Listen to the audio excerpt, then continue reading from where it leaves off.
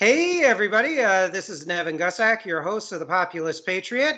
With me today again is Jeff Nyquist, a familiar face. He's a geopolitical analyst, prolific author, and a proprietor of a blog, jrnyquist.blog. He is really one of the best national security geopolitical experts out there, and he's one of my other many favorite guests.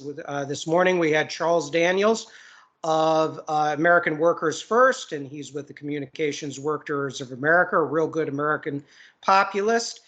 He's real good on the economics and business and labor. And now we have the other leg on the body of the program, and that's national security. And who else do we invite but Mr. J.R. Nyquist on national security? And we're going to be talking about Gorbachev.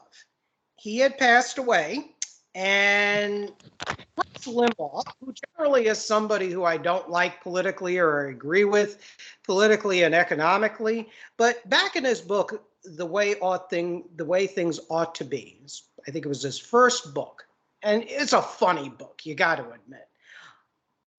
He talked about, and this book was written in 1989, and Cold War was officially on, and everybody in the West, particularly the liberal Democrats, even Republicans, even Reagan and Bush, George Herbert Walker Bush, they thought Gorbachev was the best thing since sliced bread. In fact, Rush Limbaugh called it Gorbasms, as a pun on orgasms, because the Western elites, just like today, Gorbachev dies, and oh my God, he was this wonderful humanistic Soviet leader.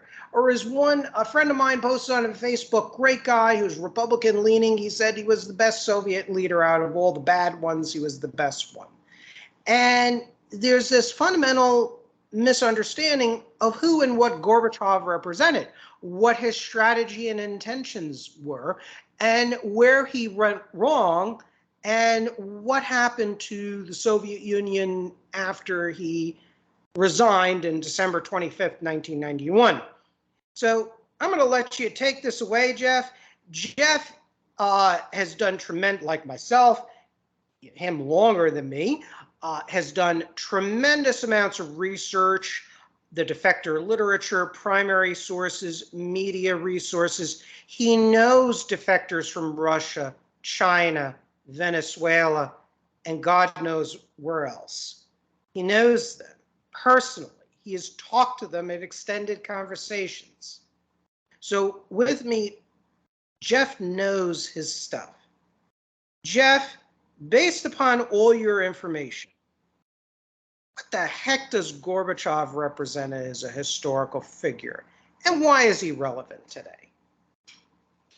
Well, Gorbachev emerged from the KGB milieu of Yuri Andropov. And there's evidence that he was chosen a long time in advance for this position that he took. He was noted to have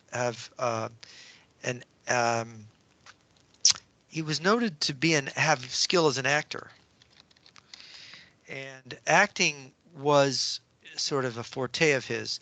And I'll tell you a story. When he was Minister of Agriculture in the Soviet Union, and when Andropov had promoted him to that position, he made a trip to Britain to meet Margaret Thatcher, and he was sort of led around Britain by a man named John de la Brown, who was a member of Parliament, and I knew John, and John didn't buy Gorbachev's act.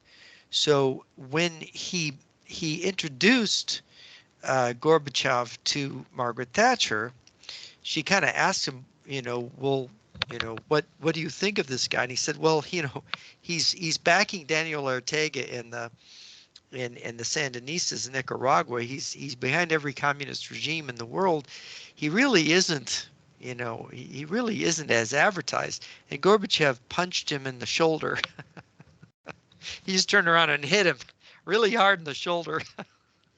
And everybody, the British, he said, everybody kind of acted like it didn't happen. And he was just sort of stunned. He said the guy turned around and acted like a thug and hit him, hauled off and hit him. And because he didn't buy the act, and he was supposed to. Well, Margaret Thatcher kind of bought the act. You know, she bought it, and Ronald Reagan bought it. In fact, when George H.W. Bush was first president, he was a little leery about buying it, but events sort of forced him into buying it. And of course, the Berlin Wall came down under George H.W. Bush, not Ronald Reagan. But we had another Kremlin guy, Georgy Arbatov, the head of the Institute of USA and Canada Studies, who had actually gone way back, had been an advisor to Stalin, and came to my school, UC Irvine, in December 1988 and said, we are taking away, we're going to deploy our ultimate weapon. We're going to take away the image of your enemy. So he kind of was the guy who was saying, look, we're going to get rid of the Soviet Union. We're going to get rid of the Cold War. And what are you going to do? This is everything you have is based on this enmity. And of course, how did he know? How did he know that all this was going to happen in advance? Because it was almost a year later that the events started happening in Eastern Europe. And so you knew it was planned. Everything that Gorbachev did was planned. And of course, Yuri Andropov was originally going to be the Soviet leader that was going to carry out this liberalization. But he had kidney disease, and he died, and he couldn't carry it out. That was left to Gorbachev. So they had, there was a very odd meeting in the Caucasus in this little rail station back in, I forget the exact year. It was in the 80s, and it was Gorbachev, and it was Andropov, and it was Chernenko, and it was all the future leaders of the Soviet Union all the way to the end. And the chief Kremlin ideologist at the time was sort of coordinating them. And it's a very strange story because we don't know what was discussed there, but we know the people that were there.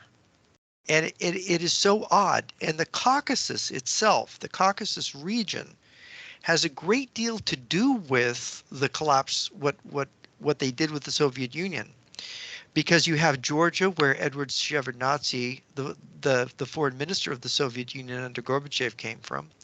You have a guy named Gaidar Aliyev, who was the head of the Communist Party and the KGB in Azerbaijan, another one of these Caucasus republics. And you had Gorbachev, who was the governor of the southernmost Stavropol, the southernmost oblast of Russia. And these three characters were all very close to Andropov. Andropov, you could say that Shevardnadze, Gorbachev, and Gaidar Aliyev were all proteges of him, of Andropov. And there was a very interesting book, the authors, I don't remember their names, Behind the High Kremlin Wall was their book, but they wrote a book on Andropov in which they said, look, there's something going on here. All these figures from the south of Russia and the Caucasus region are around him. Well, they were doing experiments in Georgia, in Azerbaijan, that were the experiments that would lead to the breakup of the Soviet Union. Because when the Soviet Union broke off, these republics were then led by Gaidar Aliyev, whose son is, by the way, running Azerbaijan today, and Shevardnadze ended up ruling Georgia. And of course, what happened, what was really odd was that the Caucasus became the center in the post-Soviet world of this Chechen war, which was described, the defense minister of the Russian Federation, the first one appointed by Yeltsin, Boris Yeltsin, said that we were going to have a World War III live fire exercise in the North Caucasus military district.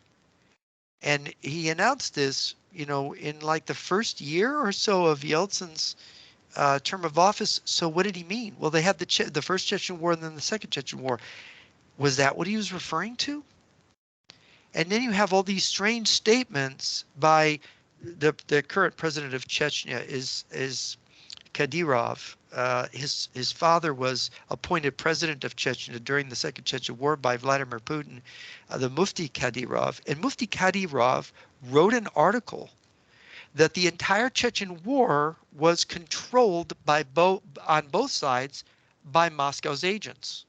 And he said normal Chechens should stay out of the war because it's just a giant scissors strategy. And you don't want to get caught up in that. It's a very bizarre interview that Kadyrov gave. That is, it's almost like the southern Russia and that whole region becomes a laboratory for the Soviet Union and then the post-Soviet Russia. And now we see the laboratory is enlarged to include Ukraine, right? Because now what we had in the Chechen War, the equivalent is going on a more massive scale. Now, it's very interesting. Grachev, Defense Minister Grachev, under Boris Yeltsin, called, Mozdok was the headquarters for the North Caucasus military district. He called it a live fire exercise, a practice for World War III, the Chechen War, which became the Chechen War. Is this now World War III? Was that the practice for this? Yeah, well, you see, Jeff, maybe I'm a little slow today. I'm getting over a bad cold after a trip with my girlfriend out of town. So maybe I'm a little slow. But I thought the Cold War was supposed to end. Yeltsin was our friend. And why are we having live fire exercises for World War III? Right. I mean, and when we look at the research, for example, the research that you and I have done in print, and I've written extensively about it and unearthed quite a bit of material.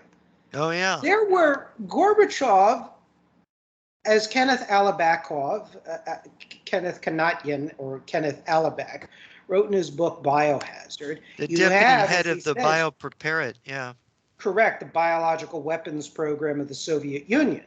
And he talks about, in his words, in Gorbachev's characteristic scrawl, in the late 1980s and early 1990s, about Gorbachev sanctioning research and development of biological warfare warheads on SS-18 missiles that were targeted against American and other Western capitals. When you have discussions about the further modernization of the Soviet military, which continued unabated, which still continues now, notwithstanding the arguments about how Soviet and Russian technology is performing or not performing, they still have a steady modernization program. They still conducted live fire exercises in the 1980s in Eastern Europe, Warsaw Pact exercises that even included some of the more reformist Eastern European countries in the late 1989, 1990, including East Germany, that practiced using, for example, 76 nuclear weapons over the West German province of Schleswig-Holstein in a 1990 military exercise with Soviet and East German forces. I mean, I can go on and on and on and on with all of this evidence from defectors, primary source documents. He sacrificed a lot with foreign policy in getting the Vietnamese to stop their war in Kampuchea and Cambodia, amongst other things. Why? Because he wanted to reestablish officially the alliance with China. In fact, he went to Beijing. Gorbachev went to Beijing, and what Colonel Lunev told me was they reestablished that alliance at the end of the Cold War. And even after Gorbachev left, officially left, and the Communist Party Soviet Union disappeared, which of course it didn't, they were doing secret treaty agreements about sharing intelligence, about the future division of spoils in North America, and so on. And it was all very carefully worked out. And Gorbachev did not leave politics, actually. He set up his Green Cross International. When he leaves, he at one point he occupied the Presidium in San Francisco, He had that as a base, and he set up this thing called Green Cross International. Well, you know about the green movement. So Gorbachev goes from being red to being green. And you notice that the Green Party in Germany, Die Grünen, it then combined with three, maybe it was four, I think it was three East German political parties, right? And formed this new party called the Bündnis 90 Die Grünen, which translates Alliance 90, the Greens. And that's the party, by the way. It was just before the last election, it was the #2 party in Germany. It's part of the ruling coalition with the Social Democrats now. They got Scholz as the chancellor, but the foreign minister is one of the co-heads of the Green Party, Die Grünen, in Germany. That's Annalena Baerbock. And what's interesting is that the Green Party, and this, you go to Gorbachev and the Green International, the Green Party is a tremendous legacy because in 1992 was a year that Al Gore wrote Earth in the Balance. And that this global warming, this campaign to promote global warming, that it kind of started in 1988 with his testimony before the U.S. Senate with this NASA scientist claiming that, it's greenhouse gases warming the planet. And the New York Times seconded it and said he sounded the alarm bells. So all of a sudden, there's Gorbachev championing, talking about global warming, global climate change. Well, where did all that come from? And look at what it's done to Germany now. Look at how the whole situation is set up. Germany, they don't like coal. They don't like nuclear. They've been using natural gas from Russia. They've been trying to do wind generators. They've been trying to do the recyclable energy. It doesn't work out. And now they became, because of the Greens, they have become dependent on Russian gas and diesel and oil. And now with this war in Ukraine, the situation is that now they have split with Russia and they're not getting any gas. They're not getting the natural gas. And so they're facing this horrific winter, which is now, this is how Ukraine gets defeated. If Germany economically collapses and Europe collapses and NATO breaks up behind the front lines, behind Ukraine, Ukraine can't hold out, right? Without NATO behind it, Ukraine can't hold out against Russia. In fact, all of Europe then succumbs to something that Gorbachev wrote about and talked about repeatedly in the 1980s. He called it the one common European home, from Brest to Vladivostok, right? And we know this from Alexander Dugin calls it Eurasianism, right? Europe and Asia, Siberia. This is what was the Soviet Union and Europe becoming one thing. Boris Yeltsin talked about it under the Russian Federation. This is not even, Putin has winked at this idea.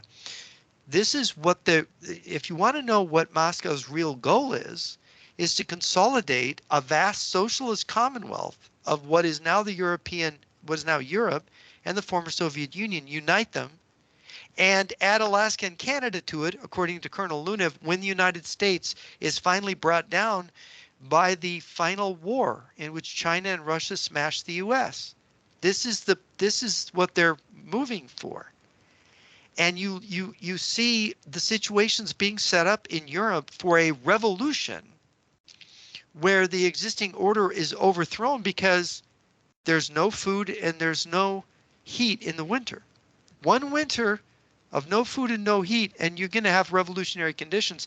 Meanwhile, in the United States, Mr. Biden has basically declared the Republican Party and the MAGA movement as outlaws. They're a threat to the country, which is, by the way, completely totalitarian.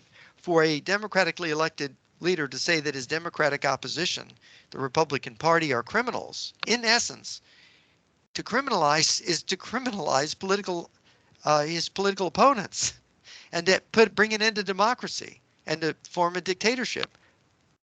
You see what's going on here. There's a communist global takeover where you have all these things that are set up, and Gorbachev was the guy that convinced everybody that Russia was no longer communist, And we'd already been convinced that Russia and China were enemies, though he brought them together. And he set up the whole green movement and the climate change narrative. And by the way, where did that originate? As far as I can tell, the greenhouse gas warming theory has been around for decades, at least since the 50s. But in 1982, Ivan Frolov, the editor of Pravda, who later became a Politburo member under Gorbachev, wrote a book that it's been translated into multiple languages. It's something like The Political Crisis and the Future of Humanity, I think is the title of the book. And Frolov says in the book that the key to everything is the greenhouse gas theory of global warming. That the planet is going to get too hot, and this is the basis of our saving humanity and the campaign of the future in 1982. And they organized for that, and you look at everybody who got behind that movement. Now you tell me, Nevin, is this global warming science considered science? I just saw an article over, what was it? It was over 1,000 scientists had signed a statement saying global warming science isn't science. Right? There is the consensus is fraudulent on this. Well, I mean, one thing is for certain. I mean, you definitely gave us quite a bit of information to work with. I wanted to backtrack and mention and unpack a few items here further with you. The common European home, Vladimir Zubak, if I recall correctly, and other scholars have written about this. And according to the documents that have been made available, the secret Soviet documents, Gorbachev actually and the other Soviet leaders at the time in the late 80s, 1980s, called for actually not only the common European home as a tool to, quote, hug the Americans to death and push them out of Europe. And you're right, Vladimir Putin recently talked about a neutralized Europe, free of American influence, all the way to Lisbon, if I recall correctly. Yeah. That's in the news this year. So nothing has changed. Same objectives that Gorbachev talked about, Putin talks about. And also other people in the Kremlin. There was an article, I think it was a Duma member, who said, we're going to own Europe all the way to Lisbon. Correct. Yeah. That's correct. And the other thing is you mentioned Georgy Arbatov, who was his first claim to fame on the international stage I think it was in the late 1960s. And he headed the KGB-linked Institute for the USA and Canada. And it was one of the many, quote, academic institutions in the Soviet Union that studied everything about the American elite and the people, everything. And they collected quite a bit of information. And Arbatov, rose through the ranks. He did his job very well. He was a very able spokesman for the Soviet leadership during the times of Brezhnev. And under Gorbachev, he acquired a sort of new prominence, as you talked about. And if I recall correctly, when you attended UC Irvine, you witnessed him making this speech. Am I correct? He came to UCI to our colloquium and gave the speech, and the political science faculty, where they had all the front row seats. Rain Tagapera, who was public enemy #1, he was an Estonian who was a professor there at UC Irvine. And then you had, of course, the chairman of the department, Eckstein. What was his first name? Harry Eckstein, who had been the longtime chairman of the political science department at Princeton. And then you had the very famous David Easton, who was the chief political scientist, he was the longtime head of the American Political Science Association, I think that's the name of it, and he was the one person singled out in Alan Bloom's The Closing of the American Mind for specific criticism for the way that he handled the protests in the late 1960s. And see, these guys were, you could call them leftists. I think that's fair to say. I mean, I had arguments with Rain Tagapera about it, and they really believed in Gorbachev, and they didn't like when I would say, we had a visiting professor from the Soviet Union in our department who would attend our colloquiums, and it was like when I would say, you can't trust these people, they would all snarl at me. You're not supposed to say that. That's not intelligent to say. So they gobbled it all up. And of course, Rain Tagapera ran for president of independent Estonia after the breakup of the Soviet Union. He lost the election. He was actually ahead of the election. And somebody accused his opponent of being a KGB agent. And he got outraged and kind of, in a way, weird kind of way, threw his support to his opponent. Very odd. But I think Rain enjoyed being a professor at UC Irvine more than he would have been enjoyed being the president of Estonia.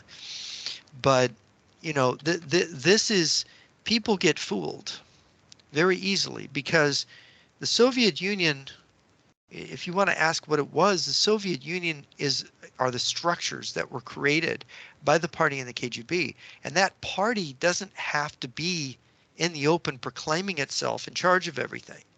It can go underground as a communist. But look at the Communist Party in the USA. It moved into the Democratic Party. It went from tens of thousands of members officially to like having 8,000 members, the Communist Party USA. Where's its membership? It's in the Democratic Party now. They don't run a candidate. They just tell people to vote for Obama or Biden, or Hillary Clinton. They've been doing that since at least the 1980s, actually. I think by 1988, the Communist Party USA, what they've instructed their cadres, and they still do today, and it causes some consternation and split amongst the extreme left. They just tell them basically to vote for the Democratic candidates because they feel they need to beat the ultra-right opposition of the Republican Party. That's what they say in their literature.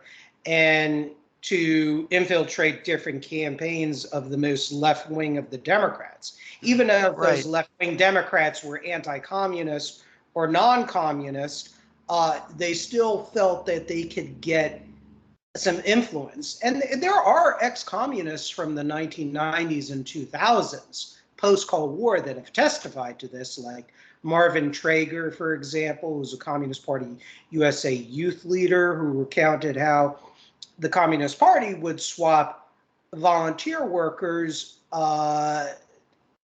onto Democratic campaign staffers with the promise that that particular candidate could push short-term issues that are important to the Communist Party.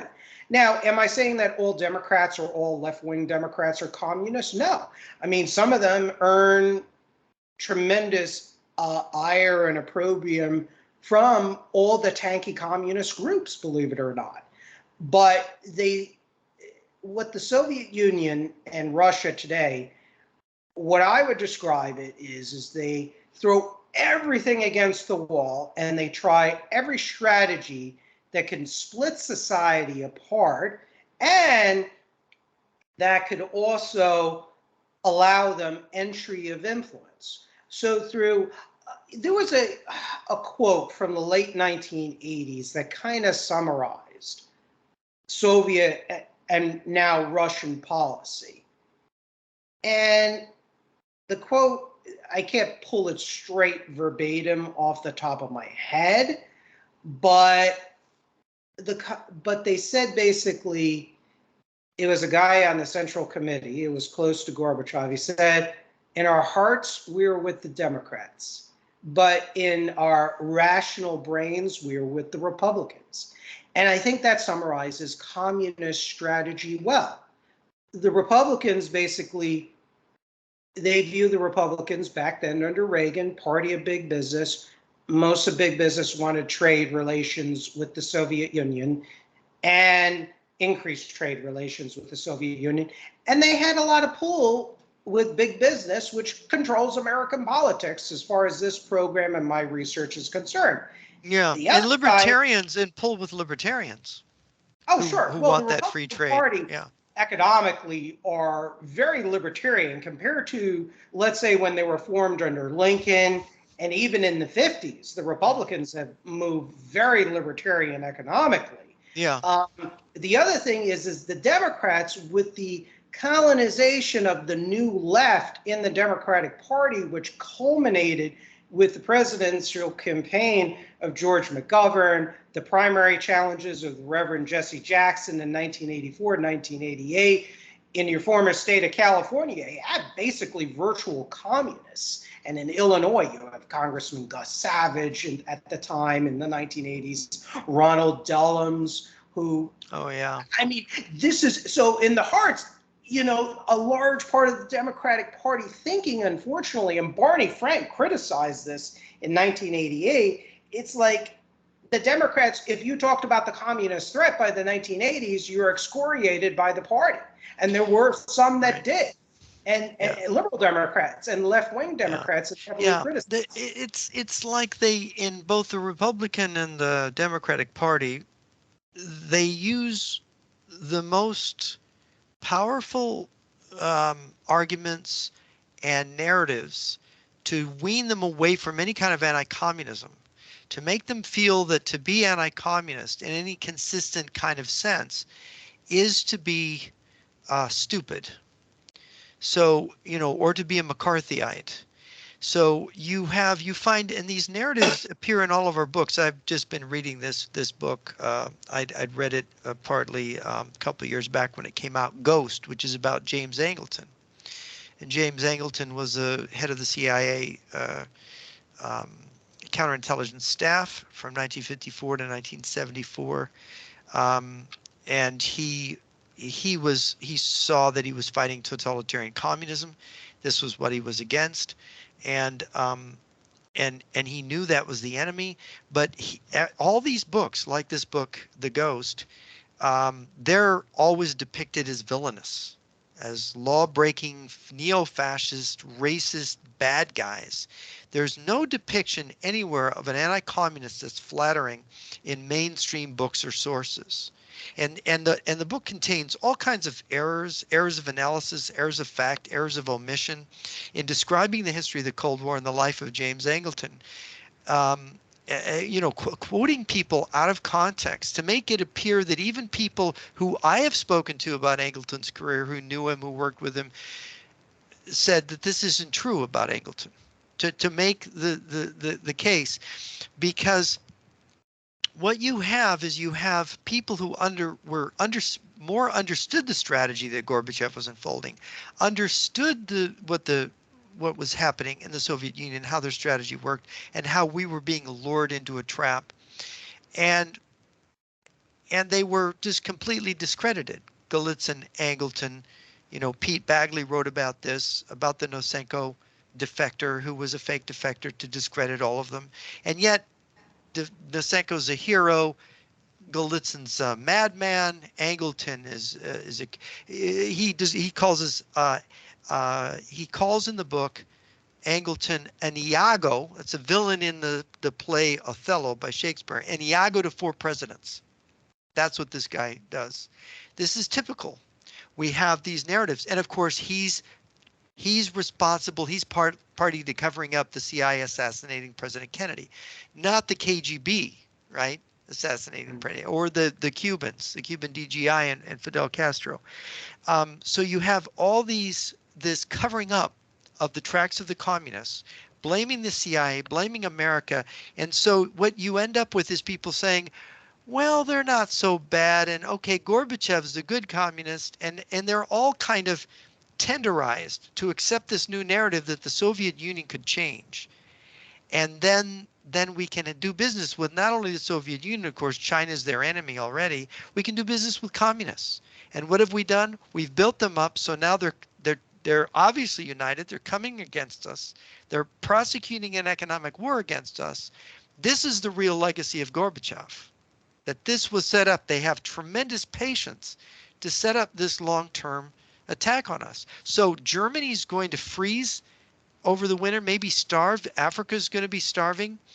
And the United States is going into this, what appears to be a civil war inspired by this democratic rhetoric that Trump is a Russian puppet and that that there's an insurrection, an ongoing plan for an insurrection from the Republicans. Um, my gosh, you've now riven the West with division. You have now destroyed the Western economies, and you're creating conditions for a global revolution. Well, and let's go back to Germany because that's a very important part of Soviet and Russian strategy.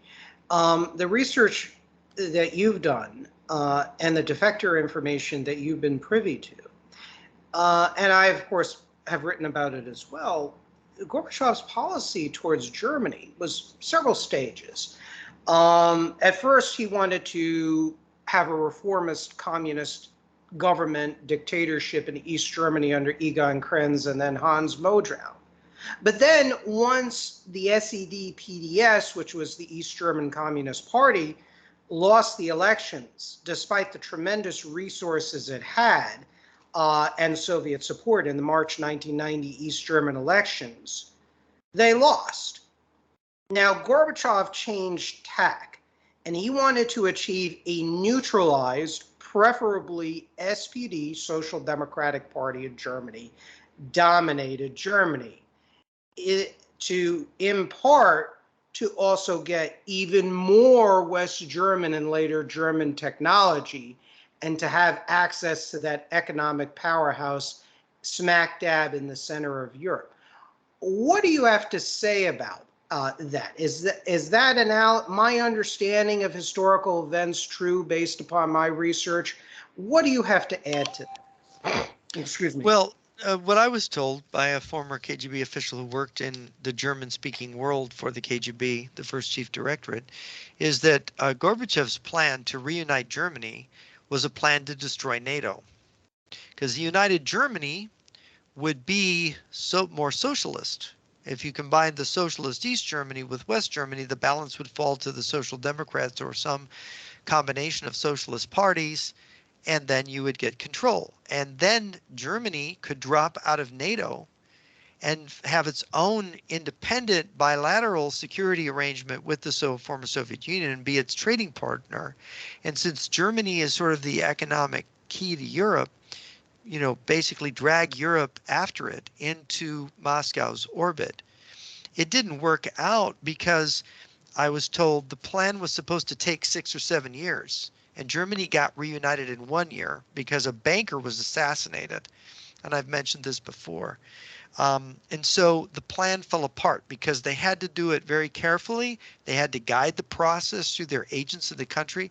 And of course, there was an exposure of Stasi agents, and the Interior Minister of Germany got onto it. They tried to assassinate him. He didn't die. When he laid in a hospital from his gunshot wounds and did not die from that assassination attempt, 2 of his deputies fled to Moscow. Now, this is amazing. This is right when, Germany's contemplating, the changes. And you find out the two leading officials of German intelligence are fleeing to Moscow because the boss, the interior minister, under who the domestic intelligence is in charge, has made this discovery. And so Helmut Kohl, as Chancellor of Germany, this discovery compromised the way that everything was going to go. Plus, this banker who was going to withhold the money for reunifying, he died, and the money became available to rapidly combine the two Germanys. So what you had is the Soviet armies and Soviet structures in East Germany found themselves suddenly on the soil of a NATO country. And Gorbachev decided to go along with it because he had long-term confidence that they could get control of Germany. And of course, you could say that under Angela Merkel, she did everything they wanted. I mean, we talk about the Greens in Germany and how Germany had these disastrous energy policies that landed them here. It's very funny. Angela Merkel's the one that actually carried out those policies. The so-called conservative Christian Democratic Union, but she was from East Germany. She had been an East German communist youth leader, or she had connections to people connected to the intelligence services. She's a very controversial person in that regard. She wasn't completely honest about her past in East Germany. She wasn't just some ordinary East German person. She was in East Germany a political person, a communist person. So she's suddenly reborn as a conservative. We have questions about Angela Merkel. And so now she leaves, and everybody kind of forgets that, now Annalena Baerbock and Scholz can fall on their swords because they're going to end up getting blamed for this. That was really done by the Christian Democratic Union. They basically did these policies that accommodated the Greens and set up Russia for this attack on Europe. And another thing I wanted to go back to that was important is about the anti-communism issue, which you spoke about very well. One of the purposes, and this is revealed in the open statements of the Soviet Communist Party and its government in the late 1980s, as well as the declassified documents from the Parallel History Project of the Warsaw Pact and NATO, as well as the Cold War International History Project at Princeton University. I quote these documents extensively, and the National Security Archive of Georgetown University. They all talk about eliminating the enemy image and the purpose about that. And some of these documents do go into it, and openly published statements of Gorbachev as well as the Soviet bloc. As well as his meeting recently, I came across a document which I'm going to be including in a special report once I eventually get my paid subscription newsletter Substack up. The big summit between Fidel Castro and Mikhail Gorbachev, April 3rd in 1989, a transcript of the meeting talked about how the purpose of Glasnost and Perestroika was to disarm the military-industrial complex intellectually in the West and the reactionaries, meaning anti-communists. Even I would be a reactionary, even though I blast on the economic and political front the Republican Party and the MAGA movement based on policies all the time. But I would be considered a reactionary because I'm onto the communists. I make no bones about it. So do you. And that's a very important thing because I think they've won a victory. Gus Hall in the late 1980s talked about how there's a much more laid-back atmosphere even then. In regards to communism, Gloria La Riva, who even ran for president in the Party of Socialism and Liberation, got a lot of votes here in the last presidential election here in Florida. Kind of scary, but not surprising. She even talked about how the fog of anti-communism with younger people has dissipated. And I think in part that's because there are many reasons. But one of the big three is that, number one, people are not fully educated on the threat of communism in the colleges, universities, private schools, charter schools, home schools, and public schools. It's not in the news as much. When I was getting my history and political science degree, I had great professors, but they did not go over the information in the same intensity as you and I do. Well, it's much worse. Look, when I taught high school, in the high school textbooks, the big villain of American 20th century history was Joseph McCarthy. He's in it. He's a villain. He's demonized in those history textbooks. They want to make sure, this is since the late 1980s, they wanted to make sure that no American would ever, the word communism, if you talk about a communist threat or communism, you are considered a knuckle-dragging buffoon, right? So then you have communism collapse. You're a double buffoon because you're living in the cold. This is what I get all the time. You're living in the Cold War. It's like, excuse me, a KGB guy is running Russia. The old structures are still there. These oligarchs are like lipstick on a pig. They were hired by the KGB to perform the job of billionaires, the function of billionaires. Well, yeah. And the same thing in China, which is an overtly communist country. And and by the way, the Russian Federation helps every communist country in the world. They pour resources into Cuba. They're sending troops to Nicaragua. Daniel Ortega is a communist. They've got troops and aircraft troops right now in Caracas, Venezuela, a socialist country. They're supporting South Africa. They're supporting Congo. They're supporting Namibia and Angola. There's still Russian planes flying stuff into Angola. Look, It's nonsense. This is palpable not, and they hear the Russians are allied with China, and they even were talking in the Russian media about using North Korean troops, communist North Korean troops in their war in Ukraine, in the Russian media talking about this as a possibility. Look, I'm sorry, you got to wake up and smell the coffee. Russia is only ostensibly non-communist. At its core, the old communist structures, the old Soviet structures are governing the whole. Say Exactly. what you will. Exactly. I put it in black and white. So do you. And to me, it's criminal that you are not part of the, like a national security advisor. I think, it's criminal. I But mean, your I'm name is going to lay it what? out Look, on the. if you look for years, I would write a piece, and they were like, "We don't want any more stuff from him." If I would say things, I was the skunk. You're a skunk at the garden party if you say this. And I remember I was told by a billionaire after I wrote Origins of the Fourth World War. It came out in the 90s. In early 99, I was in the offices of Mellon Scaife, and they said, "Oh yeah, I know everything in your book is true, but we can't ever sell that to the industrial or financial elite of America. They want to trade with Russia and China, so we really can't talk about that." What? and and, You and can't they talk and about they the truth? and You and, can't and talk about the truth?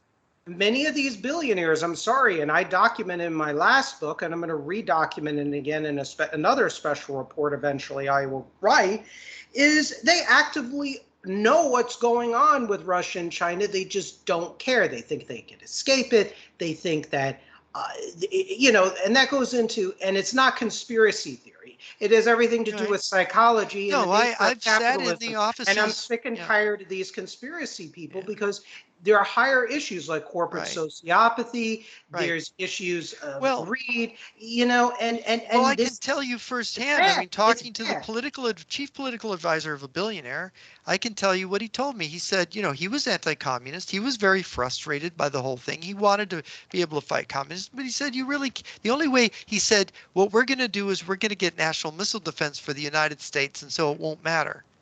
And Yeah. I thought, Look, that's really we don't have dumb. that. We don't It's, have it but really. you see, they get talked National into these missile dumb defense. solutions because it's convenient, because then they're not pushing people, they're not rubbing people the wrong way in the financial community, so they can get along with people. But the fact is, in order to tell the truth, you have to go against the grain. The truth. I'm sorry, people, you're making a mistake. You have to stand up to China and Russia. You can't engage with them. They will use it to destroy your economy, to infiltrate your political system, to compromise your leaders. Who do you think Joseph Biden is as president? He's a Chinese shill. He's a communist apparatchik in disguise in the White House, put in the United States Senate by Arm& Hammer. Look it up. A known KGB agent declared to be so by British and U.S. intelligence, and go read the Hammer file by Edward J. Epstein. It's all documented. He was a communist. He put Al Gore Sr. and Jr. in the Senate, and he put Joseph Biden in the Senate. Or you take the other side of the equation, you look at Mitch McConnell, whatever their reasonings are, motivations, they do work with communist powers. I mean, Joe Biden, because it was fashionable to promote for his political career détente, he even got to the point of basically quashing the whole issue of dissidents in meetings with Soviet officials based on a document declassified by Vladimir Bukovsky in 1979. I mean, that's a horrible thing. Take a look on the other side of Mitch McConnell and his wife. His wife, another brilliant Trump pick for transportation. Trump is all about buy America. Well, with the shipbuilding industry, nothing got done because Elaine Chao sabotaged it. Or Mitch, look at Mitch McConnell's and his wife's deals with the Chinese political leadership. See, It it's goes so on easy. and on and on. It's so easy to con these people, to manipulate these people, to infiltrate us and stop us from doing what strategically we need to do. This has happened with the Republicans. It's happened with the Democrats. And this is how they play the scissors strategy. And the scissors strategy is whatever political divide or conflict there is, they've got their agents on both sides so that they arrange the issue so they can twist everybody's thinking around so that they can cause the outcome of the political conflicts that exist to come out the way they need them to come out to guide the process, the political process, toward their strategic end. So everything comes out the way it's coming out now, with Russia and China, one closed fist, with nuclear supremacy, with us having an obsolete nuclear deterrent, setting up the final end of the Cold War game, the real Cold War, the one that never ended, so that they can rule the planet. That's what we're seeing unfold right now. If you want to know why the economies are suffering, why all this horror is going on, why Russia and China are militarily mobilizing and invading or threatening to invade countries, it's all in the defector literature. Golitsyn wrote about it in 1984. He even predicted Gorbachev's coming to power in 84. Gorbachev became the head of the Communist Party, Soviet Union, in March of 1985. But in 84, Gorbachev's book had already come out. He said a liberalizer is going to become the head of the Soviet Union, and he's going to start these reforms. Golitsyn, how did he predict it? He's not psychic. He predicted because he knows their strategy. He came from the think tanks in the KGB that were developing that strategy in the late 50s and early 60s. So they think long term. They're not 10 feet tall, but my gosh, they're thinking and they're strategizing. And on our side, oh yeah, well, we'll just trade with them and we'll get them to be capitalists like us. And it's like, no, that's stupid. That's not a strategy. That's you undermining yourself, you dummy. Right. Well, yes, and the thing of it is that even to in recent years, I mean, Putin, once Biden became president, Putin said he's willing to work with both sides. The Democrats, he said, well, because they have social democratic ideals and they supported the INF Treaty, so we're going to we like them for that, and that implied that he's going to work with them, and those will be their pressure points for the Russians to work with them. And then they tack to the right, and they say that even though Trump took a very hard line towards Russia in certain ways in the Republicans, but American-Russian trade, including at the time fuel imports from Russia, continue to increase. So we're going to work with the Republicans because they're all obsessed about money. They want to make money. Strategically, see what's weird is it really isn't about money. It's about being misguided. Look, they could have made a ton of money. Look at all the natural gas that the United States has discovered. If they wanted to make money, they could have done this process of using, converting our natural gas into a liquid by making it colder. There's a process, putting them on tankers and sending them to Europe and saying, forget the Russian natural gas. America will provide Europe for its energy. We will make the money. Russia will be undercut, won't have the money to build up its armaments. And Europe will be saved. And I know people who were pushing this for years to try to get us to do this. All you have to do at the other end is warm it back into a gas, and there you got all this natural gas. So you can actually move natural gas across the ocean. You don't have to build a pipeline from Russia and become dependent on Russian natural gas. So we've done everything wrong. And anybody, by the way, that has a good idea economically for making money that makes us richer and cuts the communists out, they're persona non grata. That's just the way it works. And that's wrong. And on that issue, I agree with, because business should be able to make reasonable profit, even a lot of profit, but it shouldn't come at expense for our general shared but earned prosperity of our people. It shouldn't undermine the national security either. If we produce the gas instead of Russia, we get the jobs from producing it. Of course. But most free market theorists, I mean, Milton Friedman, unfortunately, and the so-called conservative, because these are not really conservatives. If you think about it, Milton Friedman, classical liberals are not conservatives. Well, but unfortunately, it's taken over the Republican Party, basically ideologically, and a lot of that has to do with there's a lot of money. They have a powerful propaganda apparatus on the airwaves, from Ben Shapiro to Mark Levin, and once the Republican Party, I will speak positive and be the biggest Republican Party stalwart if they get rid of this extreme classical liberal notions of economics and politics. But until then, I will be their chief enemy. Well, there's nothing wrong with classical economics as long as people are loyal to their country. if they're going to put making money above loyalty to their country and not realizing, look, classical economics, you should a businessman should have the integrity to not go into business with mass murdering criminals like the Chinese Communist Party or the thugs in Moscow.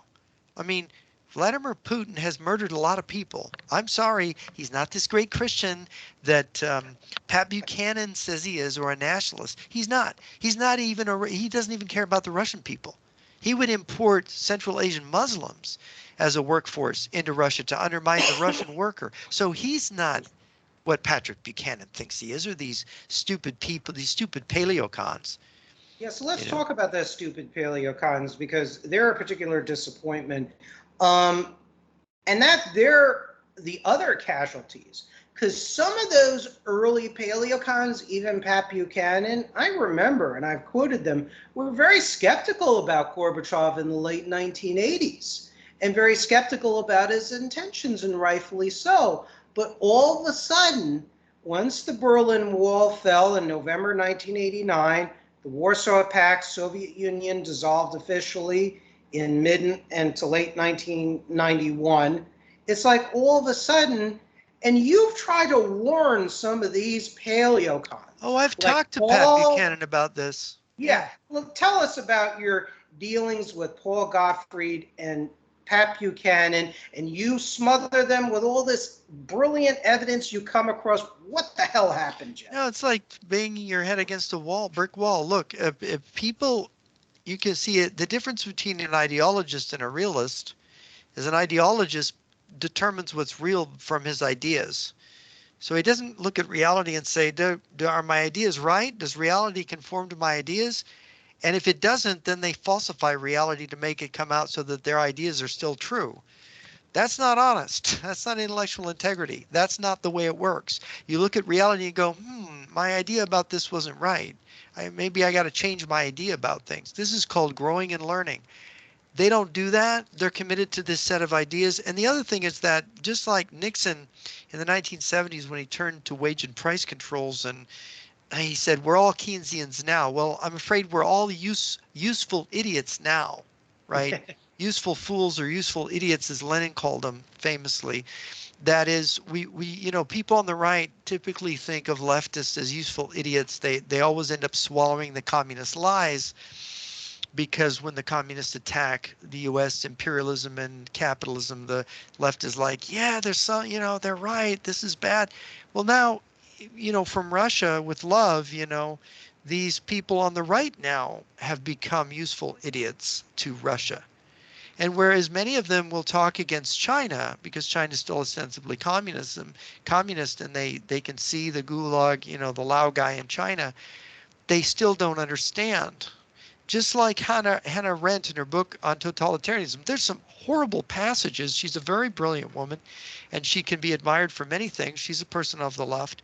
She had this blind spot where she thought when Stalin died, the Gulag went away because of Khrushchev's reforms, and it was no longer a totalitarian country under Khrushchev, right? Just like people thought that under Gorbachev and Yeltsin. I'll remind you of the words of Yevgenia Albats. She said about Yeltsin's Russian Federation, the secret police are everywhere. They're listening in on our phone calls. Nothing has really changed. This is Yevgenia Albats, the famous Russian journalist, right? So, and we're writing in the 90s about how it's still the KGB, today, now, and forever. Yeah, well, you recounted Art Bell in one of your earliest interviews, and Art Bell said he went to Russia in the 1990s and said it was still the same structures were in place. An ex-colleague of mine who was my librarian senior, I think it was her or friends of hers, went on a sort of Jewish religion organized trip to Russia. And what she told me, this was back in 2019 when we were talking, we were talking about it when she still worked for the Broward County Library System, and she was telling me the same things. It didn't really change. Still the same authoritarian structures, Cold War atmosphere. And to me,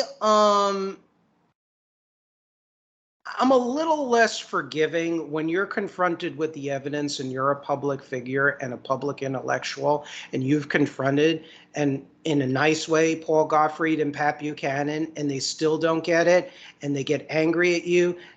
I'm sorry, that really, you're, in my point of view, and sorry if I'm judgmental, but you have a special responsibility as a public intellectual. And yes, sometimes you have to revise your opinions. You're a steward of public opinion. You are a leader in a sense.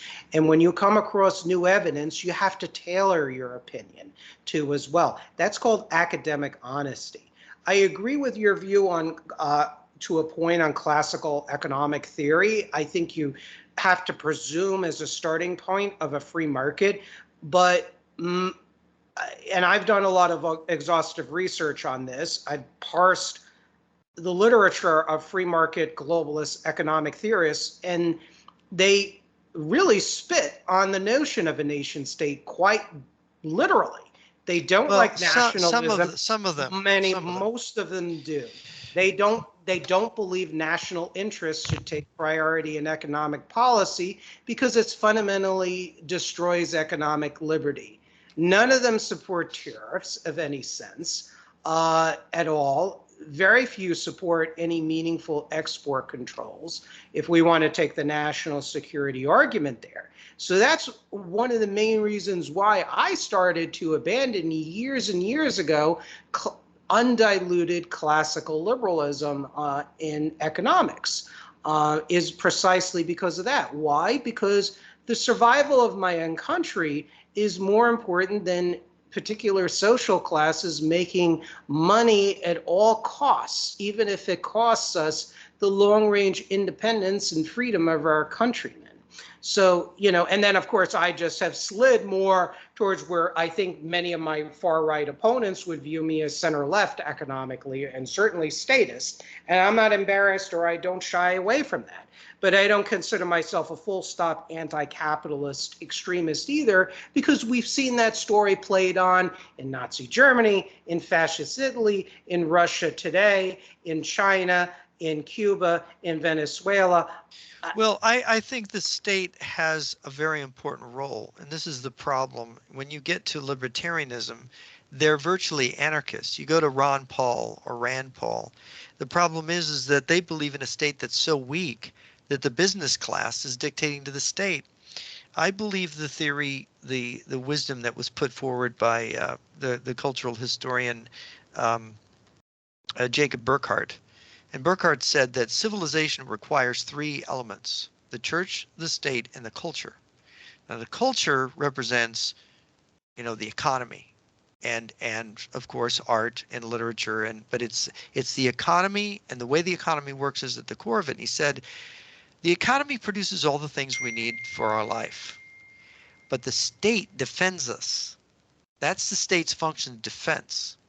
And so each to its function, and the church spiritualizes us. The church performs the spiritual function. Religion performs that. So these institutions are basic to civilization. So here's the problem. When the market, which is the key thing in the culture, becomes so overpowering that it can cancel the state's defensive function and say, oh, no, no, no, no, we're not having tariffs, which are defensive. We're not having these defense policies. We're not being at war, in a Cold War with these countries because we want to trade with them. So if you get the business community deciding defense policy because they're electing politicians and they're influencing government policy, you got a problem.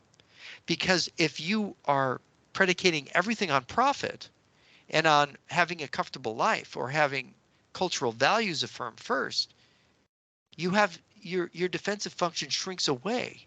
It becomes undermined. Same thing, the way that the churches, the spiritualizing function in America has become the Jesus business. And it's all about making money through religion. This is not spiritual. And by the way, in politics, this is not defensive. So then your enemy infiltrates you, and the businessmen are all making money. So what does it matter that Joseph Biden's been bribed by the Chinese? That's good for us because we're making money with China, right? Mm-hmm. What's wrong with that? And then you have this breakdown. Look, the state is a very special function. the aristocracy. The idea of aristocracy is speaking truth to power. The aristocrat's an honest person who has integrity, who has dignity and honor, who stands up and says, "This is the truth, and I'm going to sit up on that horse, and I'm going to take bullets for it." It's a form of leadership cultivated in the Middle Ages by our warrior aristocracy of the European peoples. And by the way, all peoples in their basic form have aristocracy and a warrior aristocracy. It's the original forming way of human beings. Even when you have a monarchy, you have to have people around the monarch, as Aristotle pointed out. And the thing is, we don't have that. The businessmen have pushed all the lions to one side. We have only foxes. Counting money, getting ready. Well, that we need that. See, I don't want to attack business, but it's like business has overstepped its boundary and has destroyed the defensive function of the state. Well, and yes, the enemy has infiltrated us. And I think this is probably where, I'm sure, I'm going to be frank with you, a part of your viewers who listen to what I have to say, I think would mistake my views for, because ultimately the purpose of my program is to maintain the United States and a form of capitalism and a form of republic form of government intact in perpetuity. Because Karl Marx, who I don't like his program that he outlines, despotic inroads on private property, I'm not okay with that in most circumstances, because he wants to abolish the private means of production. I'm not for that. He's a monster. He just wanted to be dictator of Germany in his lifetime. He's an asshole. Let's just put it that way. But the point is that he is right about the bourgeoisie, as he mentioned in the Communist Manifesto, because of the inherent, when greed is left out of control and everything just so anarchic when it comes to the administration of the economy, the bourgeoisie contains its own gravediggers. And I want to prevent that.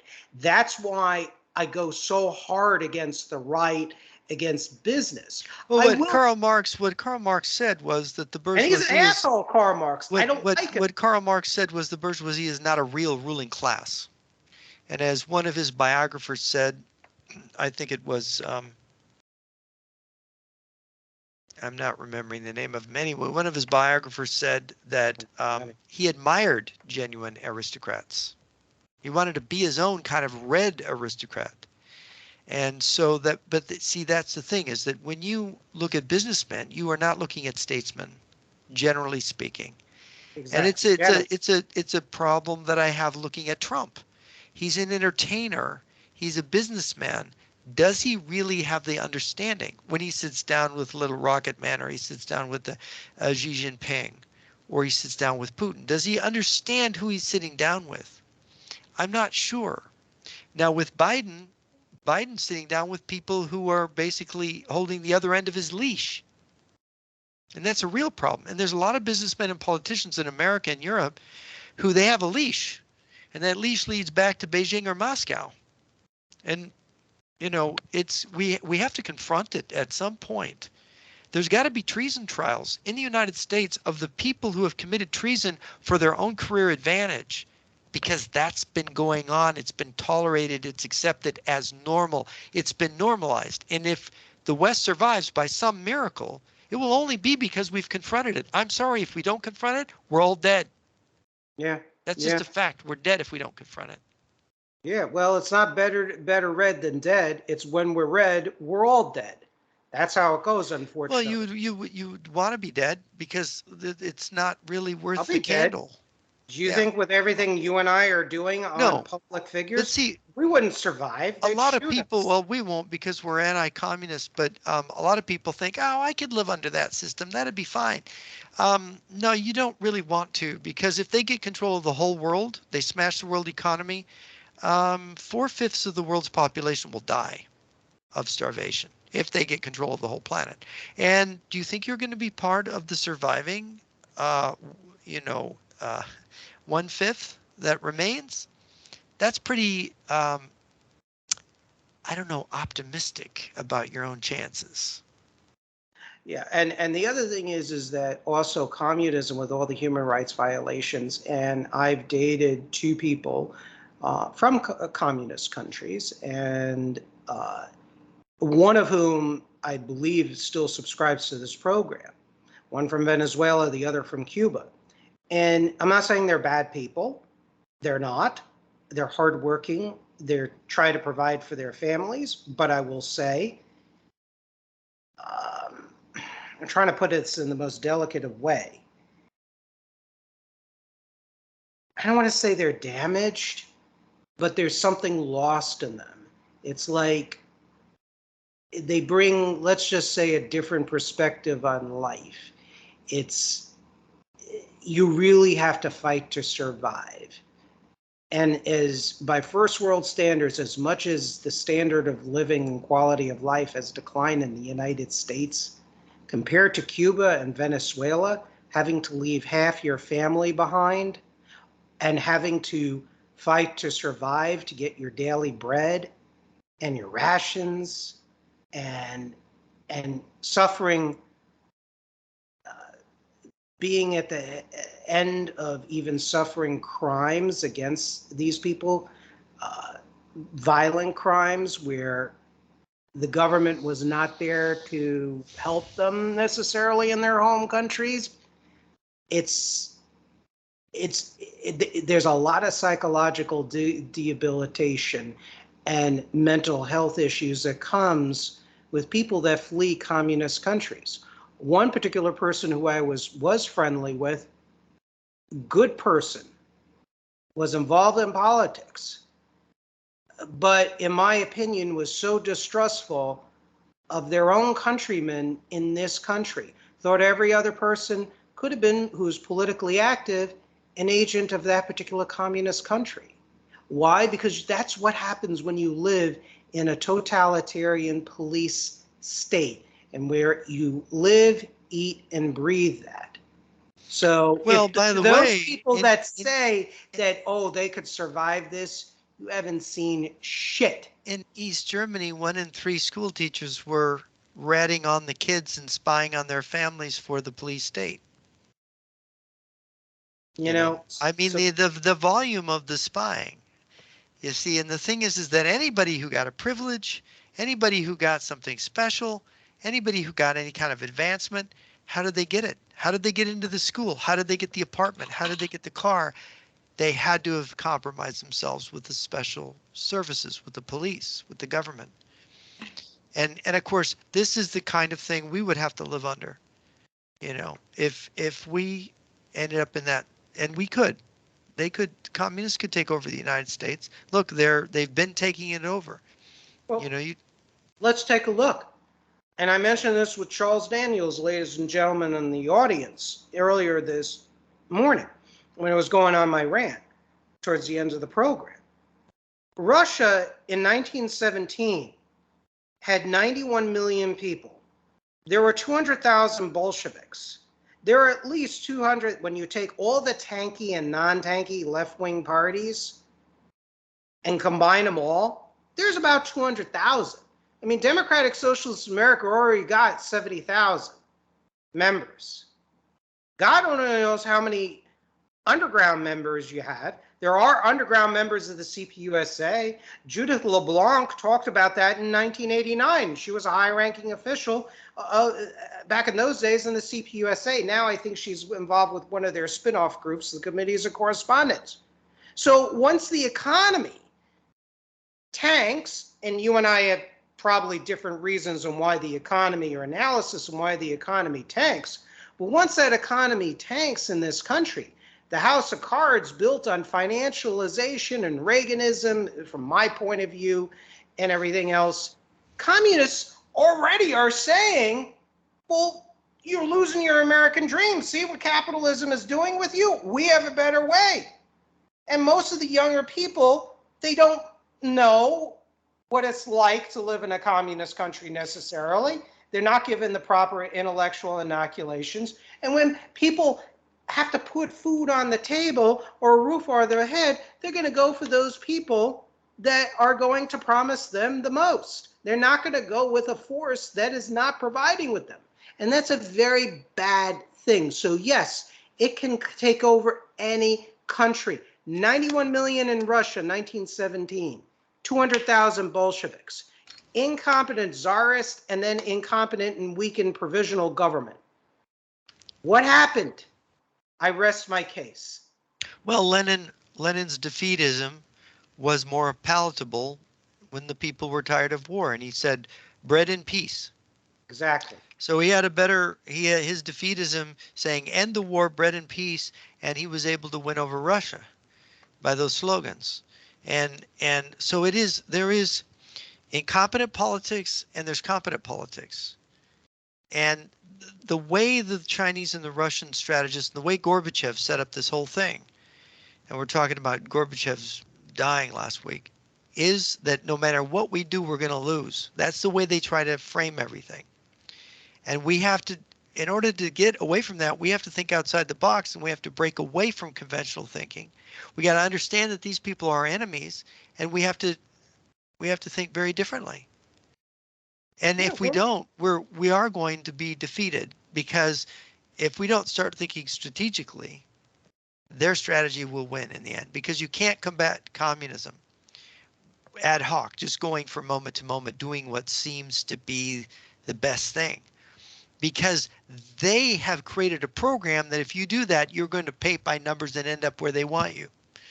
And then they're going to get you. And the one thing I wanted to bring up is they're laughing at us even in recent years. One thing that comes to mind, and I'd like you to elaborate on it, was a article written by Dmitry Sudakov, who's tied in with the Russian government, and well-known journalist and defense analyst. And he wrote in Pravda, basically, didn't he write something to the effect that, you busted up your tanks and your nukes, and we just kept on building. Can you elaborate about that article? I think that was in November of 2015. He wrote a two-part series in Pravda, and he basically said, look, the West, you thought you won the Cold War, and you let your weapons rot, you let yourself get weak, and we rebuilt ours. And now you're so hopelessly behind, you are screwed. We have got you now. We are going to defeat you. And that's what he wrote. And it was published in Pravda. And it shows that 7 years ago. Yeah, it shows that eliminating the enemy image worked. It's a Soviet strategy that worked brilliant. There was an article that was written. It was in a different magazine. It was in a different magazine, a Soviet magazine. It was written by a guy named Popov, and it was called "We Are All in the Same Boat," was the article. Yeah. And he said, look, the nuclear war is very bad, right? And both America and the West, and the Soviet Union are in this boat of we can annihilate each other in a war. And so what's really great, our weapon now is anti-Stalinism. If we denounce Stalin, if we liberalize, if we say pro-democracy, this is our way of defeating the Cold War mentality and the readiness for nuclear war of the Americans. And this was written in '89, just months after Arbatov made his visit to my campus, UC Irvine. So this is the way it's gone. And you can read, if you read their literature, if you read the defector literature and you read what they have said openly, it's all there. If you know how to read it, you can see it. It's all there. It's all strategy. Yeah. Strategy wins games. And this is a big game, the great game. Yes, exactly.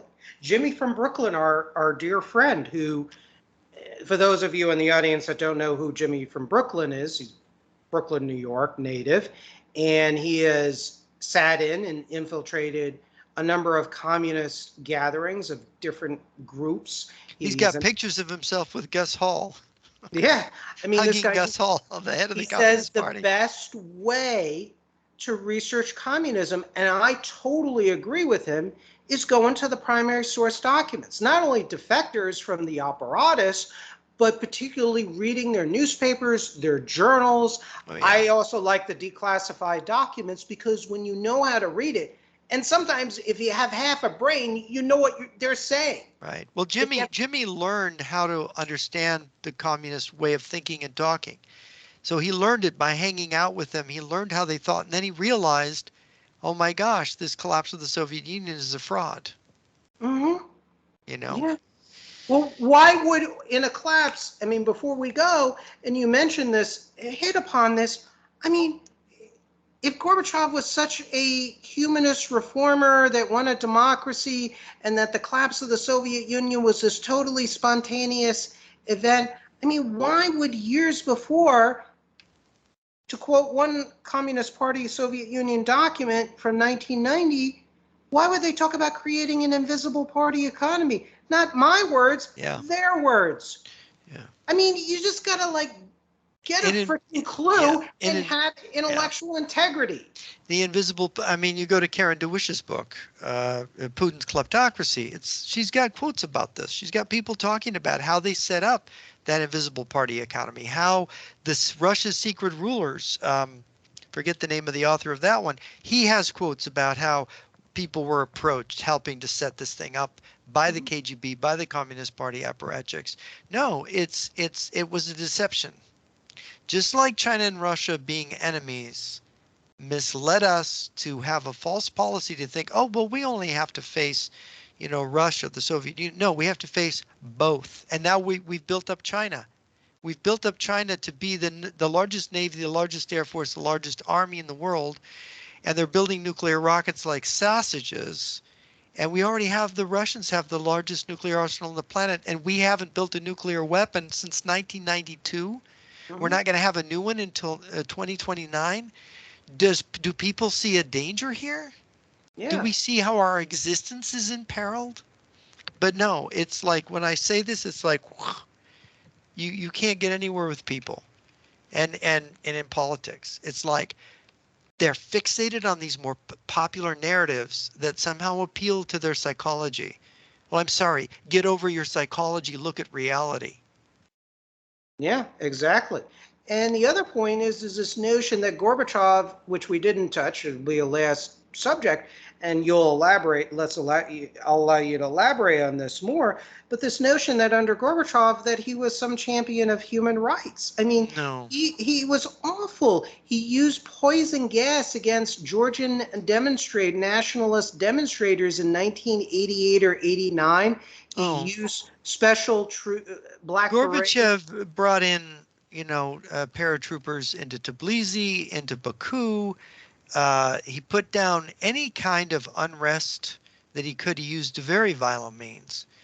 And so Gorbachev was not he was a protege of Yuri Andropov, one of the most brutal dictators in Soviet history, the man who oversaw as ambassador to Hungary in 1956, oversaw the treachery of crushing the Hungarian Revolution against communism. These people were murderers. These people killed innocent people. And behind the scenes in a Politburo meeting, Gorbachev said, about the Tiananmen Square massacre, he's like, so what? The Chinese had to do what they had to do, if you remember reading that.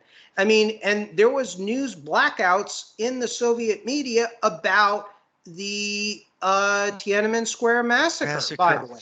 Well, when Gorbachev was nominated to be the head of the Communist Party Soviet Union, the general secretary, Andrei Gromyko, the longtime Soviet foreign minister, got up and said, Mikhail Gorbachev has a nice smile, but he has teeth of iron. Right? So it's smiling Mike Gorbachev, but he has teeth of iron. He's smiling with his teeth of iron, right? He's going to crush you in his teeth. That's a very interesting nomination speech from Gromyko. And so now the teeth of iron are closed, and he's now, I don't know, are they going to bury him in the Kremlin wall? Probably not. But they probably should. Do you know, where are they burying Gorbachev? I don't know, but I know that there was really, his death was not commemorated with any fanfare, because there are hardline communists that, despite Gorbachev's deception strategy, there are even hardline communists here in the United States that will never forgive him for what he did. He's going to be buried at Moscow's Novodevichy Cemetery next to his wife. Yeah. Nothing with too much fanfare, if I recall No. reading the news Well, correctly. that would kind of ruin the whole thing if they were too much about it. But Gorbachev famously once made the remark that that the fall of the Soviet Union was like the death, the collapse of the Soviet Communist Party was like the death of Christ. That Christ died, but he was, but in 3 days he was resurrected. And he made this allusion, and it was Christopher Story who said that the name of the operation of the fall of the Soviet Union was called Operation Golgotha, right? Yes. Which is the place where Christ was crucified. In other words, we're going to Yes. crucify communism, but it's going to resurrect. We're going to, like Christ, it's going to come back, right? It's not really dead. And of course, well, good luck with that. That's the problem that they had, is that people hated it. It's horrible. And they're having this terrible war. It's a Soviet civil war in Ukraine because the Ukrainians don't want to have it back. One last thing I wanted to pick your mind with before we conclude the show. You know a number of defectors from the KGB, GRU, the Army, armed services in Russia. Did any of them work with Gorbachev directly or know him? And Lunev was a military debriefer for Gorbachev at one time. and what did Lunev have to say about Gorbachev as a person? He didn't like him, he Why? told me. Why? He never really said why. He says, I don't like this man. You know, he never really explained why. Let's think about what he said when I'd asked him. I did ask him, and I can't remember. His answer did not make sense to me, so I didn't remember it. But it was a little bit personal. He said that in a way, Gorbachev destroyed everything that existed and created something new. And that something new, in Lunev's opinion, was sinister, even more sinister than the Soviet Union, because he saw what the communists did was they did something that Lenin, and he explained this to me, that Lenin had done. Lenin hung out with criminals, and people said, you know, Volodya, you know, Lenin's name, why do you hang out with criminals? Well, because with these I can make a revolution. With your intellectuals, I can't make a revolution. And so what Lunev observed was that they used the Russian mafia very much in the strategy of the collapse of the Soviet Union. They used these mafias to penetrate the West, to engage in drug trafficking and organized crime as part of the strategy. And he found this to be, as a soldier, very dishonorable. And he really didn't like it. And I can really understand that. And that he developed his own personal view while observing the Soviet system, that the leaders of the Soviet system had a criminal mentality. He said they were psychopaths. That is, he said, these are not human beings. These are crazy persons. They're not normal. They're not psychologically normal. And that was the first time I'd heard anyone say that, was when Gorbachev said it. And I started reflecting on it. And indeed, when you look at the biographies of Lenin, the biography of Karl Marx, the biography of other Soviet leaders, Stalin in particular, you realize they are not psychologically normal. And so Gorbachev, despite what people say about him, was not psychologically normal. Like John de LeBron saying, you know, he told, after spending days with Gorbachev, touring him around England, and when Margaret Thatcher asked his opinion, he didn't give the opinion Gorbachev liked, and Gorbachev just held off and slugged him in the shoulder so much that it hurt. You know, it's like, oh my God, he acted like a thug right in front of the Prime Minister of Great Britain, and everybody acted like, well, that we didn't see that. That can't be, all right? So these are not normal people. That's not a normal reaction. It's not a normal behavior.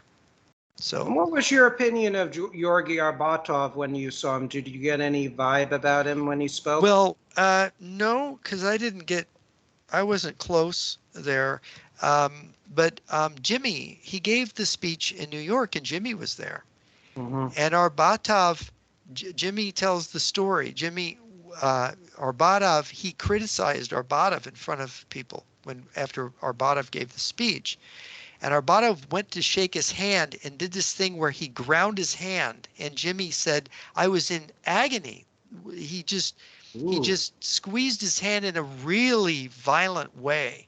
it's an You know, intimidation tactic. right. And it was like it was really nasty. So that it does remind me of what John Taylor Brown said about Gorbachev, that Jimmy, and you can ask him, he'll tell you the story. He's told it to me more than once, how what um, Georgy Arbatov did when he shook his hand.